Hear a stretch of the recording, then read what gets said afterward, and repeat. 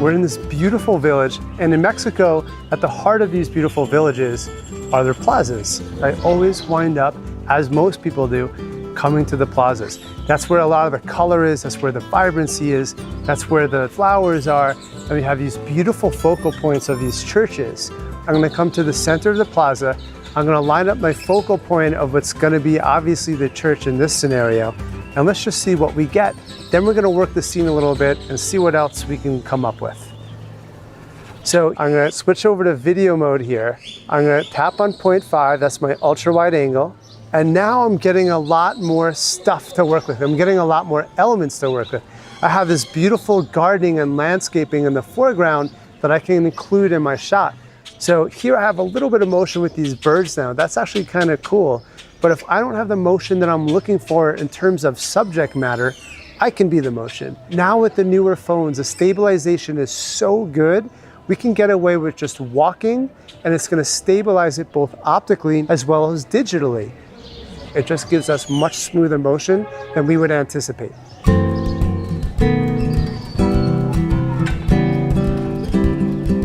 If we're introducing the concept of time and motion, we need to put something in the frame over the course of that motion that's going to be relatively interesting. That's what we have to do, so that's what we're going to do now. I'm just going to move around a little bit and try and find a composition that has a little bit more visual interest. And I think I actually kind of found it here already. Let me show you what this looks like. I have these beautiful green leaves that are taking up the foreground a little bit, at least on the top part of the composition. So if I have these leaves blowing in the wind, you know that there's motion in a very subtle way. So what I'm gonna try and do is play around with now my foreground, which is this tree and all these leaves, and then keep that background. What I wanna make sure happens is I don't cut off the very top of this church. That's gonna be very important. So here's what I'm gonna try and do. I'm gonna frame up the shot. I'm gonna still stay at my 0.5. That's what's bringing in all this foreground.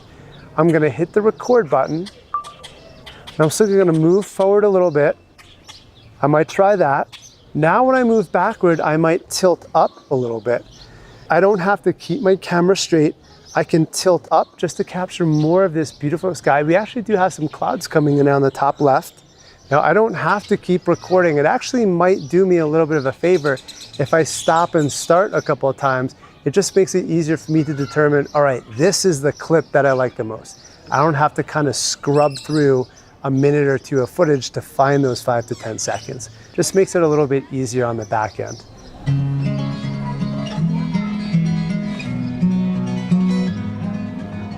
Now, as I'm waiting for this sun to develop, I am starting to just see that it peeked out from the clouds. We're getting this direct light. You're probably maybe getting a little bit more harsh shadows on me. That's actually gonna work really well for this next shot. I want to see if I can walk kind of underneath this tree and just get a little bit of a different type of shot that I can cut into other frames of this beautiful area that just shows these details. And anytime that you have a beautiful backlit tree, a backlit leaf or backlit flower or plant, it just creates a little bit more drama than something that's front lit. So here's what I'm gonna do. I'm gonna start in the position that we were before. I'm still gonna pan up to the tree here, and I'm going to move, and I'm gonna sort of like tilt, but I'm just gonna do this motion kind of left and right as I walk forward and backwards. And it's creating this really dynamic motion, but what's really kind of making this cool is the sun peeking in and out of the tree and all these leaves. And it just gives me a very different type of scene. That's all we need right there. We're working a scene a little bit, sort of like what we do with the still image, but we're doing it with the intention of these little short, little 3 to 5 second cut, cut, cut, cut, cut. That's what creates this dynamic ability to tell a story in a way that's frankly not boring. So what we didn't talk about yet is how we actually piece them together. Now, typically it's just a hard cut, but if we want to elevate our game just a little bit more, we can start talking about how you transition from one shot into another shot. A hard cut is basically no transition at all. It's just you're looking at one thing, now you're looking at another. And honestly, most of the time, that's all you need.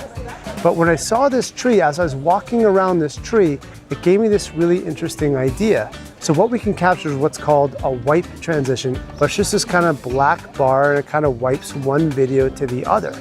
If we want to get a little bit more creative, I can use this tree as a natural wipe. Here's how I can do it. I can frame up the shot. I'm going to keep my 1x here. Now, one last thing I should mention that is going to come up when we do this is that autofocus is going to become a little bit of an issue. Basically, the iPhone is going to try and focus on whatever is closest in the frame. The second I move in front of this tree, instantly the iPhone is going to try and focus on whatever is closest in the frame, in this case the tree. Clearly I don't want that. So here's all I have to do. With that first shot lined up, I'm just going to tap and hold. That will lock the focus and exposure on the top of the church, and then hit the record button and slowly transition to the other side. And I can use that as a natural wipe or a natural transition to introduce that next clip. It just makes it very simple, a little bit more fun, a little bit more engaging. It just gives us another way to sprinkle a little bit more energy into our final edit. So simple to do, definitely worth trying.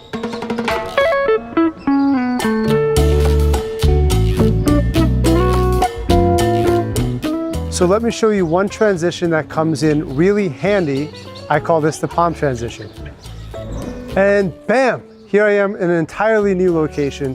How cool is that? It's so simple, it's so easy to do, something you can easily introduce into your next video. Okay, so here I really am inside of an entirely new location, not too far away, we're only maybe 100 feet away. Now I just want to show you what this plaza looks like, right? It's just kind of cool, but really kind of boring. So it's somewhat interesting, but honestly, like what can I do with this scene, right? If I frame this up and I hit the record button, even at 0.5, it's not a bad composition, like maybe as a still image. But from a video perspective, not much is going on here. I'm looking for color, I'm looking for vibrancy, and most importantly, when it comes to video, if I want to create energy, I want to create some motion, I want to create like a dynamic scene, I need something in my foreground to show that motion. I don't have anything in my foreground, that's why this isn't working.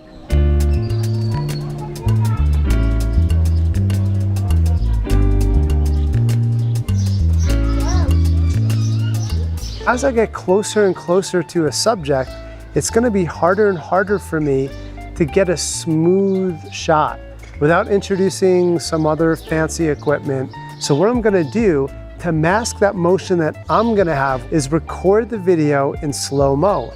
By slowing it down, what it's doing is slowing my motion down, really just kind of helping me out look as smooth, steady, and cinematic as possible. So what I want to do is open up my camera app, make sure I'm on slow-mo. Now I really like this type of shot because what it's doing is telling you where is in focus. And most importantly, it's telling the viewer where to look. The viewer's only going to look at whatever's in focus. And just as importantly, they're not going to look at what's not in focus. So we call this selective focus, and it's a really powerful creative tool, either when we're shooting stills or video. But in video, it becomes a really dynamic shot if we can play with focus over time. Now, traditionally, this has actually been very difficult to do, but the iPhone just makes it so simple. So we're in slow motion mode. I have 2.5x already lined up. I'm just going to try and create a composition that's a little bit more interesting. So I'm going to try and keep that as minimal as possible in the bottom of the frame. Now I like this composition. I'm going to hit the record button, and all I'm going to do is tap on that background and then tap right back on that flower and then stop. It's actually a very basic and simple move.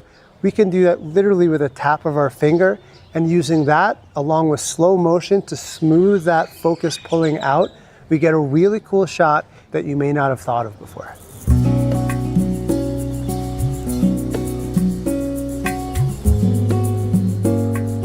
All these little tips and techniques that we're showing you, they're just sort of tools that you have in your toolkit now that may not have occurred to you before. I absolutely encourage you to take these out, to try them out, to explore them on your own. And I'm absolutely sure that if you do, you're going to walk away with much better footage, much more cinematic shots, and ultimately footage that you can't wait to share with your friends and family. This video was a free preview of my Capture It All online course. In this course, you'll discover how to use your iPhone to literally capture everything that's happening around you. We'll talk about composition, storytelling, timing, photographing people, recording videos, time lapses, flying a drone, and so much more. If you'd like to use your iPhone to its fullest potential, please take a look at the full version of Capture It All. You'll find the link in the description right next to this video. So click on that link right now and I'll see you inside the full version of the course.